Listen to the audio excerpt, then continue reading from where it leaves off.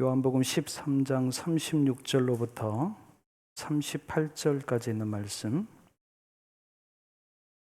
함께 봉독하겠습니다. 시몬 베드로가 이르되 주여 어디로 가시나이까? 예수께서 대답하시되 내가 가는 곳에 내가 지금은 따라올 수 없으나 후에는 따라오리라. 베드로가 이르되 주여 내가 지금은 어찌하여 따라갈 수 없나이까? 주를 위하여 내 목숨을 버리겠나이다. 예수께서 대답하시되 내가 나를 위하여 내 목숨을 버리겠느냐? 내가 진실로 진실로 내게 이르노니 닭 울기 전에 내가 3번 나를 부인하리라. 아멘. 오늘 함께 봉독한 이 말씀으로 지금 나는 무엇을 할 수 있을까라는 제목으로 말씀의 은혜를 한번 나눠보도록 하겠습니다. 오늘 본문은 베드로가 예수님을 3번 부인한다라고 하는 그 내용을 예고하는 말씀입니다.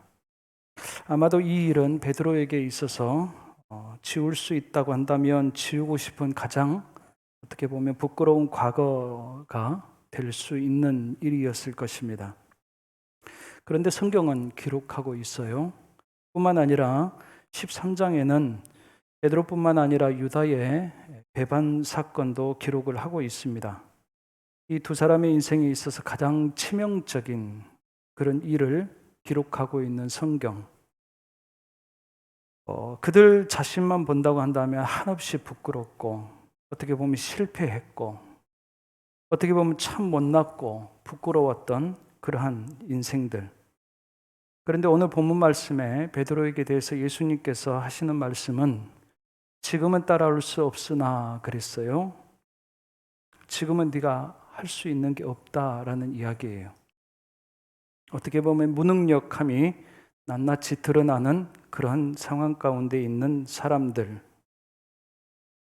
코로나19로 인해 가지고 물론 우리가 처음 겪어본 일이기 때문에 어떻게 해야 되지 하는 생각을 하지만 우리에게 자꾸 남겨진 숙제는 아무것도 할 수 없는 것이었어요.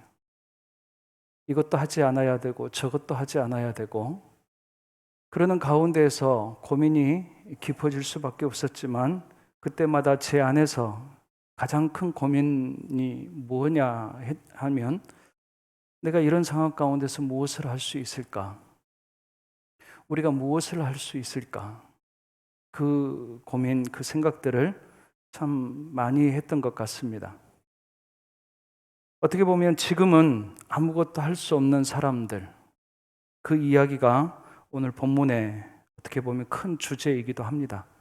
그래서 저는 이렇게 되물어보는 질문을 했어요. 지금 그런 순간에 나는 무엇을 할 수 있을까? 우리가 이런 베드로의 인생, 어떻게 보면 지금은 별로인 인생, 그러한 상황 가운데 있어요. 지금 현재는. 그런데 그래도 후에는 따라오리라 라는 말씀으로 지금보다는 나중에 더 나아질 것에 대한 말씀을 하시는 게 그것이 한 가지가 우리에게 크게 위안이 될 수 있는 부분이었습니다.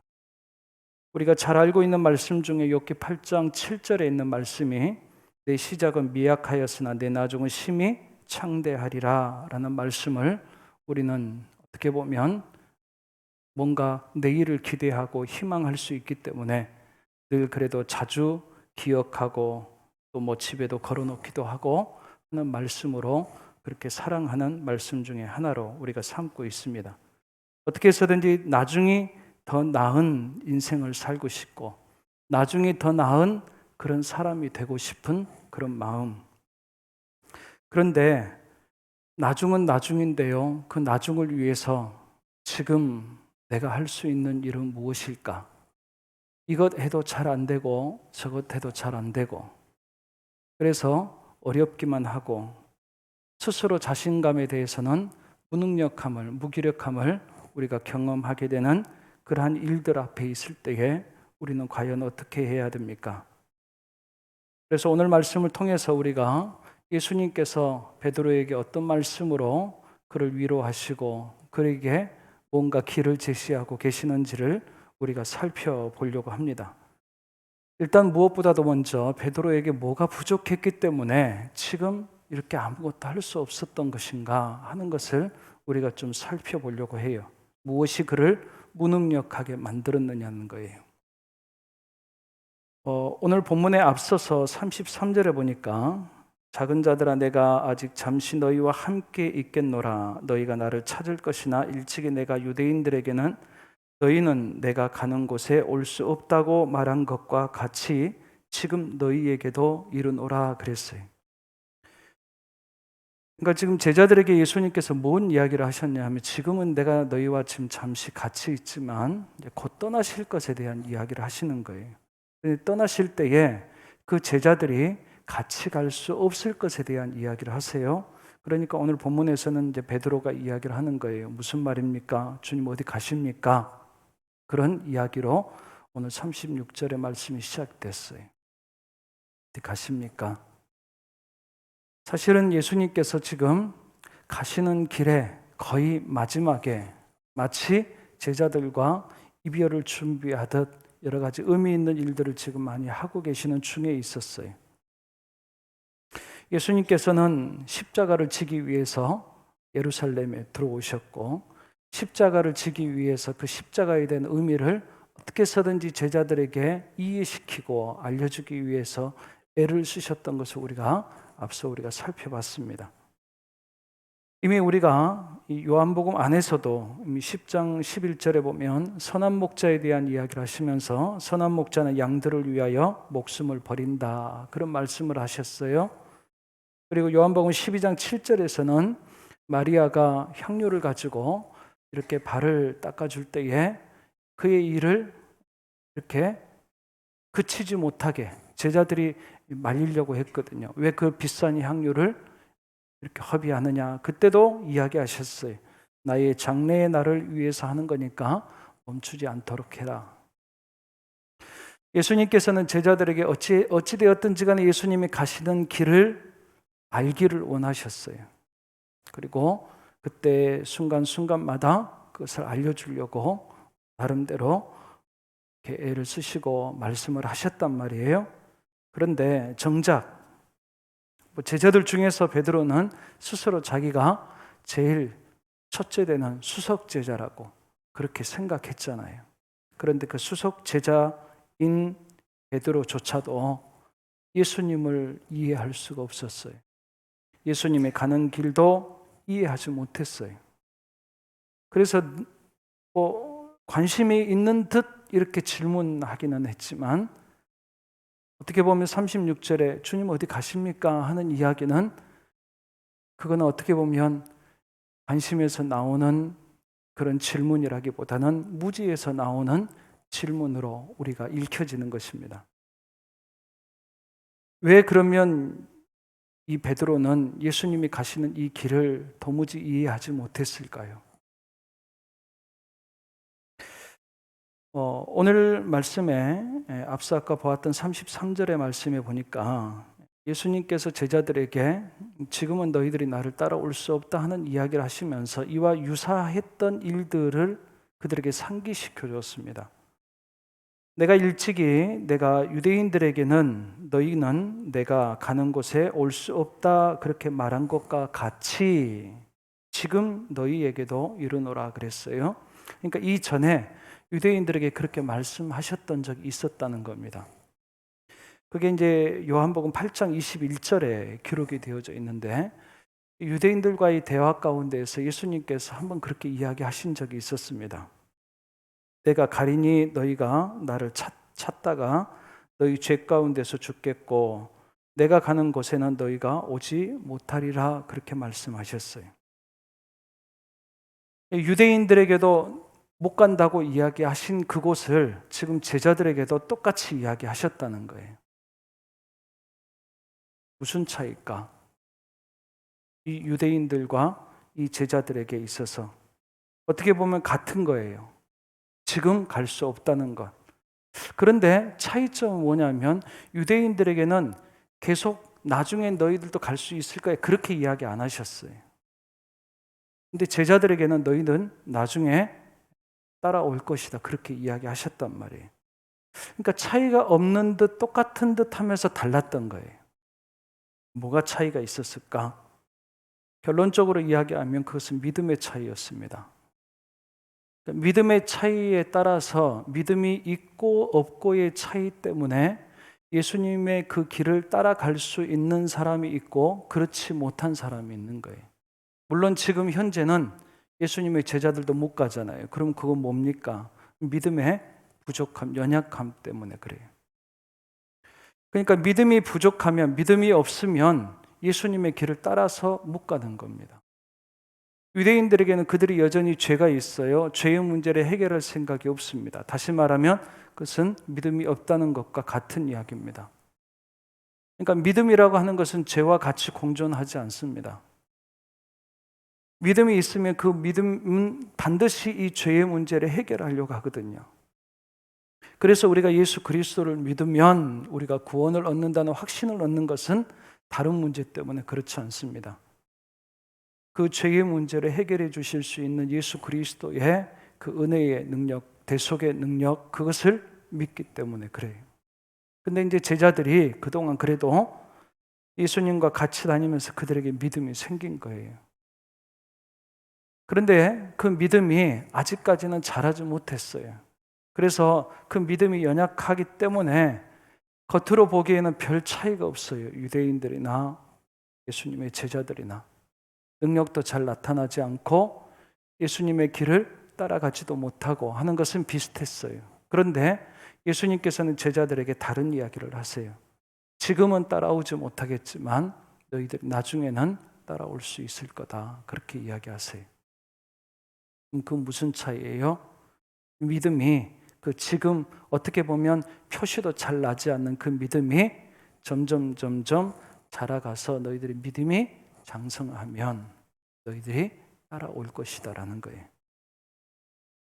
그래서 이 믿음이라고 하는 부분들을 우리가 오늘 본문 안에서도 우리가 잘 이해해 볼 필요가 있을 것 같습니다.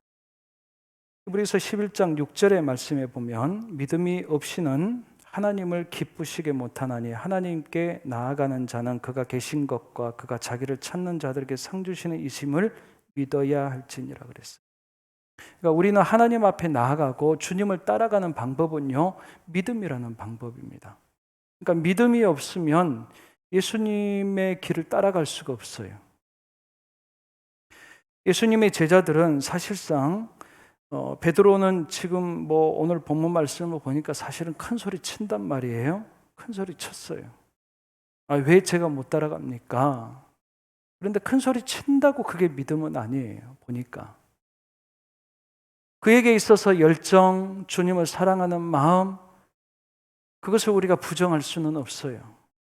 분명히 베드로에게는 그것이 있었을 것이라고 하는 것을 우리는 충분히 믿을 수가 있단 말이에요. 그런데 그것과 믿음이라고 하는 것은 조금 결이 다른 거예요. 보니까 예수님께서 제자들에게 믿음은 어떻게 보면 시간이 지나면 괜찮을 거다 해서 나중이라고 이야기하셨을까? 그런데 믿음이라고 하는 것은 시간이 지나서 어느덧 생겼다가 또 시간이 지나면 어느덧 자라나가고 그런 개념이 아니에요. 그랬다고 한다면 유대인들도 시간이 지나면 믿음이 생겼겠죠. 그런데 예수님은 유대인들에게 그렇게 이야기하지 않으셨어요. 시간이 더 필요하다라는 것을 제자들에게 이야기하지 않으셨어요. 뭔가 계기가 있고 뭔가 다른 무엇인가가 있어야 이 믿음은 자란다는 것이에요. 그래서 오늘 말씀에 우리가 제목을 제가 나는 지금 무엇을 할 수 있을까요? 라고 하는 그 질문이 사실은 실패하고 아무것도 할 수 없고 뭔가 한다 해도 예수님을 따라갈 수 없는 그 제자의 입장에서 그래도 내가 이 자리에 그냥 주저앉아 있을 수는 없잖아요. 하나님, 사람들이 세상이 우리를 자꾸 하지 못하게 한다 하더라도 우리가 가만히 그냥 아무것도 안 하고 있을 수는 없잖아요. 그런 데에서 우리의 믿음이 자라는 것도 아니고 물론 그렇다 해서 갑자기 몇 주 예배 안 드린다 해서 믿음이 사라지고 그런 것은 또 아닐 거예요. 도대체 우리가 무엇을 해야 됩니까?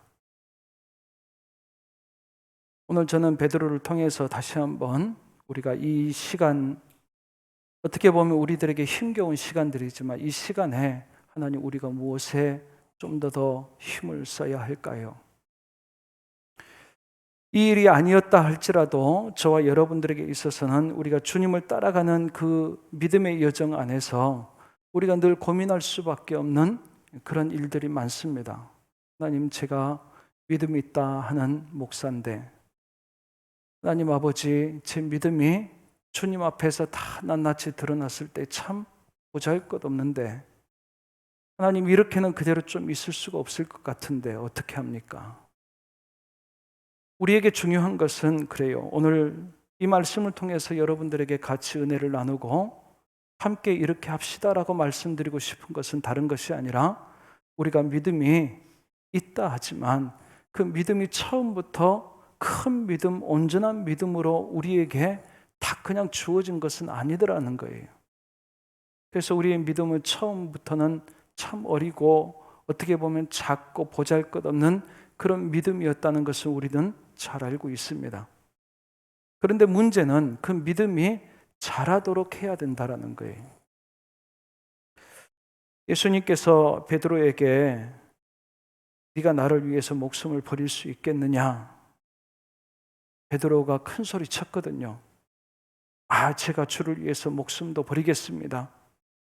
예수님이 물으신 거예요. 진짜 네가 그렇게 할 수 있겠느냐? 내가 보기에는 네가 그럴 수 있는 것이 아니라 오히려 나를 3번 부인할 것인데, 그렇게 이야기하시는 거예요.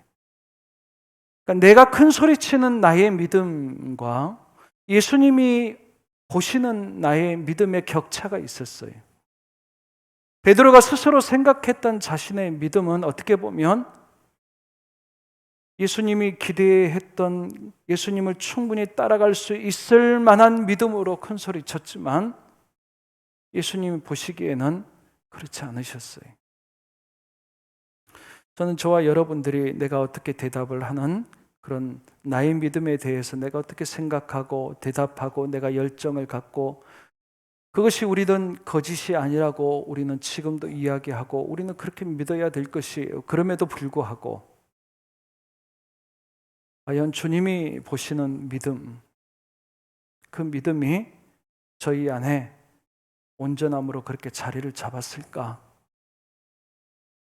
저는 성경을 이해하고 우리의 믿음의 삶을 말씀을 통해서 이해하면서 제가 한 가지 내린 결론 중에 하나는 뭐냐면, 우리가 살아가는 아주 중요한 이유는 우리에게 사명이라는 것도 한편으로는 있지만 그 사명이라는 것과 더불어서 우리에게 어느 누구도 피해갈 수 없는 한 가지 문제는 믿음의 성장에 대한 문제라는 거예요. 성경에서는 우리들에게 사명의 이야기보다는 믿음의 성장에 대한 이야기를 사실은 더 많이 하고 있습니다. 그래서 데살로니가 후서 1장 3절에 있는 말씀에 보니까, 형제들아 우리가 너희를 위하여 항상 하나님께 감사할지니 이것은 당연함은 너희의 믿음이 더욱 자라고 너희가 다 각기 서로 사랑함이 풍성함이니. 그러니까 믿음이 자라니까 앞에서 우리가 보았던 새 계명이라 하시면서 예수님께서 내가 사랑했던 방법대로 사랑하는 방법, 그렇게 살아가는 그 삶에 대한 이야기를 이야기하셨단 말이에요. 그런 일들이 지금 믿음과 같이 지금 되어져 가고 있는 거예요. 보니까 히브리서 10장 22절의 말씀에 보니까 온전한 믿음으로 하나님께 나아간다 그랬어요. 그래서 우리의 믿음이 온전함에 이르는 점점 자라야 되는데, 그것을 위해서 우리가 무엇인가를 지금 하는 일이 있어야지, 지금 시간이 지나면 알아서 내 믿음이 자라는 개념이 아니란 말이죠. 야고보서 2장 22절에 보니까 그 답을 성경은 우리들에게 해주고 있습니다. 믿음이 그의 행함과 함께 일하고 행함으로 믿음이 온전하게 되었느니라 그랬어요. 믿음이라고 하는 것은 항상 우리의 삶이 같이 간다는 거예요. 그리고 그 삶을 통해서 믿음이 자라나간다는 거예요. 그러니까 저와 여러분들이 어떻게 사느냐, 내가 할 수 있는 일들이 없는 것 같은데, 그럼에도 불구하고 내가 오늘 무엇을 하면서, 어떤 일을 하면서 어떻게 살아가느냐에 따라서 우리의 믿음이 정체될 수도 있고, 믿음이 없는 것이 될 수도 있고, 믿음이 자랄 수도 있다라는 거예요. 그래서 저는 위기라고 하는, 어떻게 보면 우리가 삶의 어떤 여러 가지 위협들과 지금 상황처럼 내가 어떻게 해야 되지? 참 우리들이 요즘에 느끼는 것은 우리 인간의 무능력함이란 말이에요. 어떻게 보면 이 바이러스 앞에 모든 세계의 사람들이 처음에는 별것 아닌 것처럼 생각했다가 이제는 굉장히 두려워하고 위축되고 있고, 어떤 전쟁이 가져오는 그런 어떤 우리의 삶의 영향보다 훨씬 더 큰 세계의 어떤 여러 가지 큰 영향을 지금 미치고 있는 것에 대해서 우리들은 사실 좀 깜짝 놀란단 말이에요. 야, 이것이 이렇게까지 우리의 삶에 영향을 미치는 것인가? 이것 앞에서 사실은 우리들이 무엇을 어떻게 해야 될지, 우리의 무기력함, 앞으로 또 이런 일이 일어난다면 어떻게 해야 되지 하는 막연함들이 우리들이 아마 공통적으로 많이 느끼는 그러한 일들일 것이에요. 그런데 우리가 여전히 지금 여기에 우리가 살아가고 있단 말이에요. 하나님이 우리에게 주시는 생명과 그 시간들을 통해서 우리는 살아가고 있는데, 하나님, 우리가 할 수 있는 게 무엇입니까? 무엇을 해야 됩니까? 주님께서 우리들에게 약속해 주신 그 길을 우리들이 따라가기 위해서, 특별히 예수님께서는 제자들에게 하신 이야기가, 너희들이 지금은 나를 따라올 수 없지만 나중에는 따라올 것이다 하는 그 길을 우리가 가야 될 텐데, 그 길을 가는 방법은 다른 방법이 없습니다. 믿음인데요, 그 믿음이 약하면 믿음의 분량만큼만 갈 수 있는 거예요. 믿음이 내가 있다고 하지만 그 믿음이 연약하면, 예수님의 제자들도 믿음이 약할 때에는 믿음이 한편으로는 믿으면서도 또 한편으로는 욕심도 있고, 그러면서 다투기도 하고 경쟁하기도 하고 돈을 더 좋아하기도 하고 명예를 더 좋아하기도 하고 권력을 더 좋아하기도 하고, 그런 한편으로는 믿음이 있기는 있었어요. 근데 그 믿음이 약하니까 예수님을 따라갈 수 없는 거예요. 그래서 예수님께서는 그들을 떠나가시면서 그들에게 다시 한번 복음을 이해시켜 주시고 성령을 보내주신 이유는 뭐냐면, 그 성령과 더불어서 그들이 믿음의 삶을 살아갈 수 있도록 도우셨던 것입니다. 야고보서 2장 22절에 있는 말씀이 그런 말씀이에요. 우리가 믿음이 그냥 가만히 있는 것이 아니라, 믿음은 반드시 행함이라고 하는 우리의 삶의 양식을 통해서 같이 간다라는 거예요. 그리고 그것을 통해서 살아봐야지, 이렇게 해봐야지, 거기 안에서 그 자체가 믿음이라기보다는 그것을 하는 과정 안에서 우리의 믿음이 자꾸 자라기 시작한다는 거예요. 오늘 그래서 저와 여러분들이 무엇보다도 주님, 이러한 상황 가운데서, 이러한 처지와 형편 안에서 과연 우리가 그리스도인으로서, 우리가 교회로서 어떻게 해야 되겠습니까? 무엇을 해야 되겠습니까? 가끔은 내가 하지 않아야 될 것을 하지 않는 것도 행함이에요. 당연히 해야 되는 것을 하는 것도 행함이지만, 하지 않아야 될 것을 하지 않는 것도, 그것도 행함이에요. 그래서 유대인들에게도 그들에게 있어서 그들이 예수님을 따라갈 수 없는 이유를 뭐라고 했냐면 죄 때문이라고 그랬거든요. 그러니까 죄를 짓지 않는 것, 거기에서부터 이미 행함이라고 하는 영역이 시작이 되는 거예요. 그래서 가끔은 저와 여러분들이 우리가 무엇을 해야 되지? 거기에서 가끔은 우리가 이것 하지 않아야 되겠구나 하는 것들이 가끔 생기는 거예요. 싸우지 말아야지. 내가 나쁜 이야기 안 해야지. 믿음의 말을 하고 믿음의 행위를 하는 것도 좋지만 그것 전에 믿음이 아닌 것을 말하는 것 내가 그치고, 믿음이 아닌 것 행하는 것을 내가 그치고 안 하려고 하는 것, 거기에서부터 이미 믿음의 행위는 시작된다는 거예요. 저와 여러분들이 무엇보다도 우리 믿음이 온전함에 이룰 수 있도록 무엇보다도 오늘 우리가 어떻게 살아야 될까, 저와 여러분들이 한 번 더 생각하고 고민하고, 또 그러면서 우리의 삶이 지금 이 살아가는 일들이 어떻게 보면 아주 특별한 상황 가운데에서 우리가 살아가고 있습니다. 어쩌면 저와 여러분들이 교회를 한 번 더 찾아오는 일들을 더 많이 못할 수 있어요. 저는 그럼에도 불구하고 저와 여러분들이 이 시간을 통해서, 이러한 기간들을 통해서 우리가 해야 될 것들을 찾아가면서, 그래서 저와 여러분들의 믿음이 더 성장할 수 있는 그런 귀한 기회가 될 수 있기를 주님의 이름으로 간절히 축복합니다. 지금 우리가 다 이루었다고 할 수 없잖아요. 그렇죠? 우리는 아직 살아있다라고 하는 것은 우리는 믿음이 아직 더 자라야 되는 그런 숙제를 가지고 있다. 저는 그렇게 살아있는 이유를 그렇게 이해를 합니다. 살아있다는 것 자체가 우리의 믿음에 부족한 부분들이 있다라는 거예요. 저와 여러분들이 우리가 그동안 신앙생활하는 여러 가지 연수가 개인에 따라서는 많은 차이가 있을 수도 있겠지만 그 시간이 분명히 적지 않는 것은 사실일 거예요.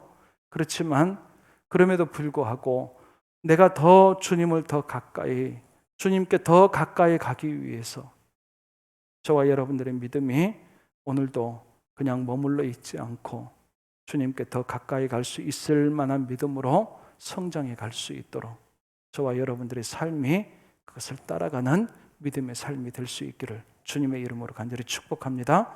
기도하겠습니다. 하나님 아버지, 감사합니다.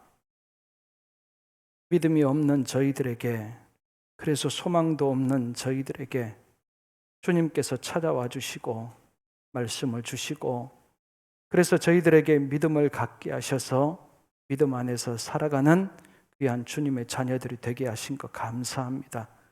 그렇지만 아직 저희들의 믿음이 여전히 부족합니다.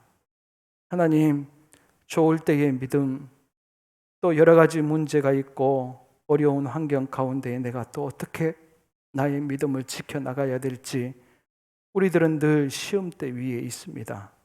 하나님 아버지께서 이 코로나19 이 어려운 시기 가운데에서도 하나님께서 저희들의 믿음을 지켜주실 뿐만 아니라 저희들이 어떻게 이 상황 가운데에서 믿음으로 살아나가야 될지를 알게 하셔서 하나님, 그러한 삶을 살아가고 이겨나가면서 우리의 믿음도 더 자랄 수 있는 은혜를 허락하여 주시옵소서. 예수님의 이름으로 감사하며 기도하옵나이다. 아멘.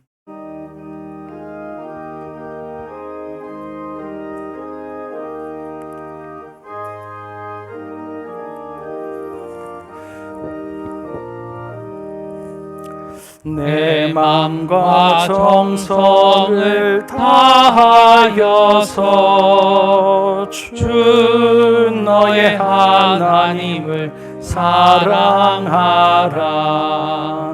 내 몸을 아끼고 사랑하되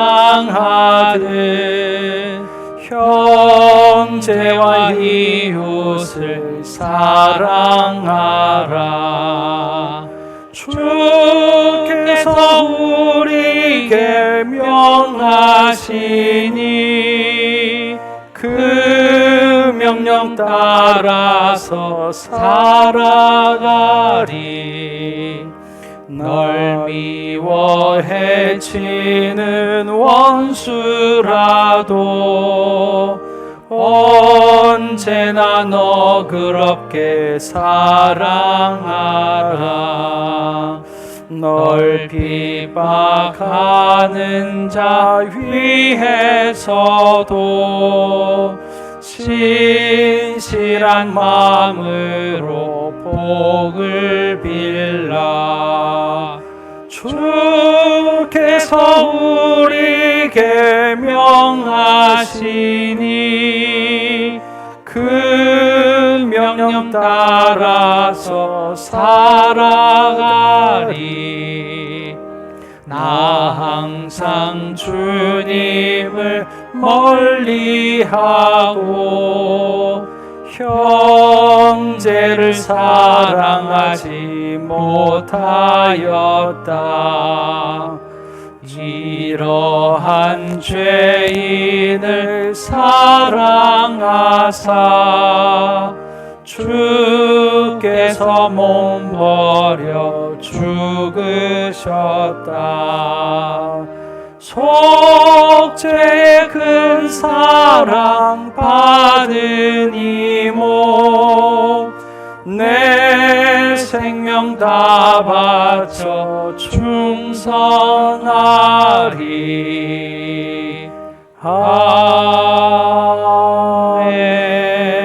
아멘.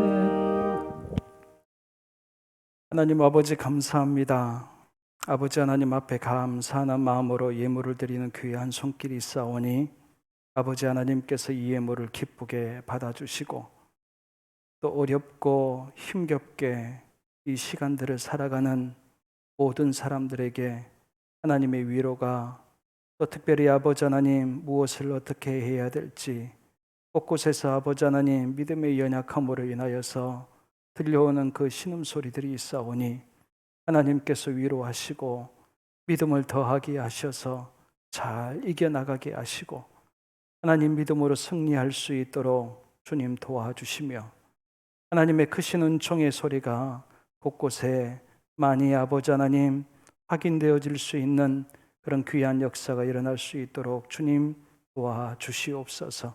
하나님께서 함께 하실 것을 믿고 감사를 드리며 예수님의 이름으로 간절히 기도하옵나이다. 아멘. 주 예수 그리스도의 은혜와 하나님 아버지의 사랑하심과 성령의 감화 감동하시고 교통하시는 은혜가 주님 지금 우리가 무엇을 해야 됩니까?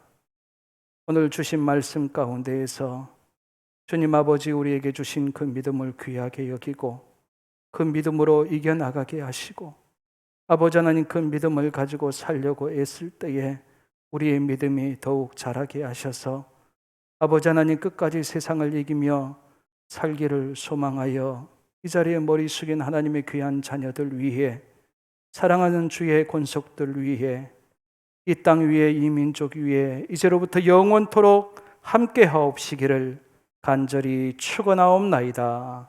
아멘.